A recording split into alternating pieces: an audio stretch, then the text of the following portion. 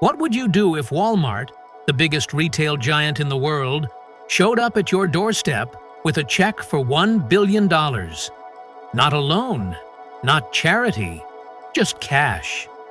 The deal was simple.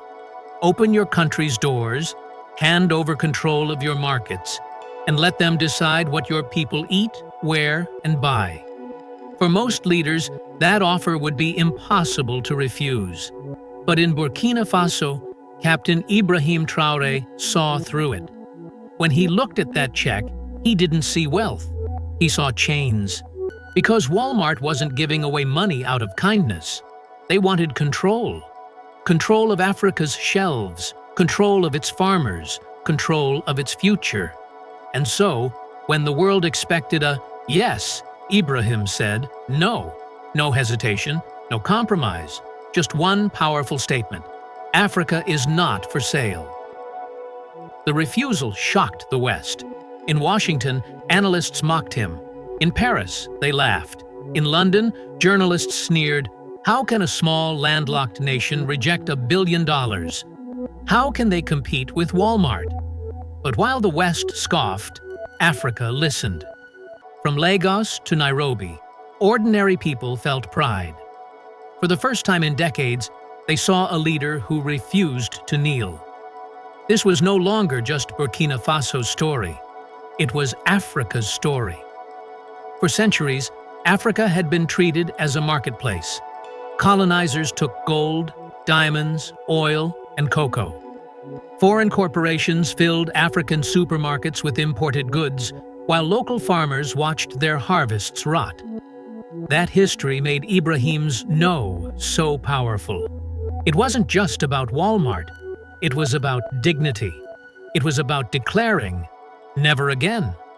But refusing Walmart was only the beginning. Ibrahim turned to the real strength of Africa, its people. He asked them, "Do you want to remain slaves to imports, or do you want to build Africa's future?" The answer was loud and clear. "We will build with you." And so it began with one store in Ouagadougou. But this wasn't just a supermarket, it was a symbol. The shelves carried rice from Mali, coffee from Ethiopia, shea butter from Burkina Faso, fabrics from Niger.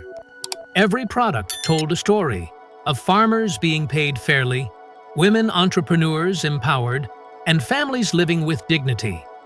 Critics predicted failure. Instead, the store thrived. People came out of curiosity, but they stayed out of pride. Within a year, 10 stores opened across Burkina Faso. Within 2 years, 50 stores stretched into Mali and Niger. By year 5, branches rose in Lagos, Dakar, and Accra. The principle was simple: Africa first. Local farmers before foreign corporations. Fair prices before exploitation. This wasn't just retail. It was a revolution. The West panicked.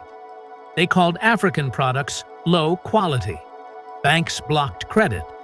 Shipping companies delayed containers. Governments slapped restrictions on African exports. But the people had tasted freedom. And once people taste dignity, they never go back to chains. Farmers pooled resources into cooperatives. Communities invested in local stores. Wealth stayed in Africa instead of flying overseas. Railways were revived. Cargo ships built. And when Visa and MasterCard tried to control payments, Africa created its own digital currency backed by gold. For the first time in centuries, Africa was playing by its own rules. Step inside one of these malls in Accra or Lagos, and you could feel the difference. Children snacked on African-made biscuits. Families bought fresh milk from African farms instead of powdered imports. Young men and women wore clothes proudly labeled "Made in Africa." This wasn't just shopping. It was identity. It was pride. Farmers who once begged to sell their crops now supplied entire regions. Women who once sold butter on the roadside now ran factories. Youth who once dreamed of fleeing to Europe now dreamed of building at home. This was Pan-Africanism reborn, not in speeches, but in everyday life. Western powers tried sanctions, propaganda, and sabotage, but the people had seen too much to turn back.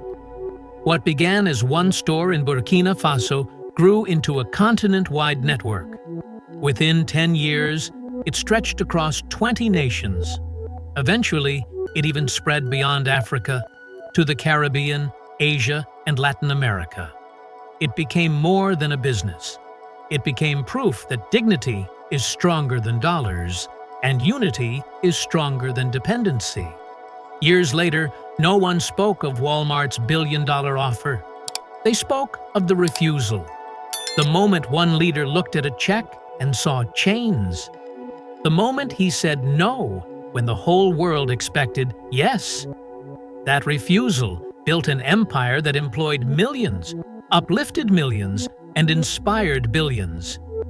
It wrote a new chapter in Africa's history, a chapter where Africa was not a victim, not dependent, but a builder, a creator, a leader. Because true wealth is not measured in dollars. True wealth is dignity, sovereignty, and unity. $1 billion can vanish, but dignity lasts forever. And Ibrahim Traoré's decision proved this truth. Africa doesn't need to sell itself to be great. Africa only needs to believe in itself, invest in itself, and unite. And when it does, the world will tremble at its power. So next time you hear about billion-dollar offers, remember this story. Remember the man who said no. And remember what Africa proved to the world. Dignity is priceless.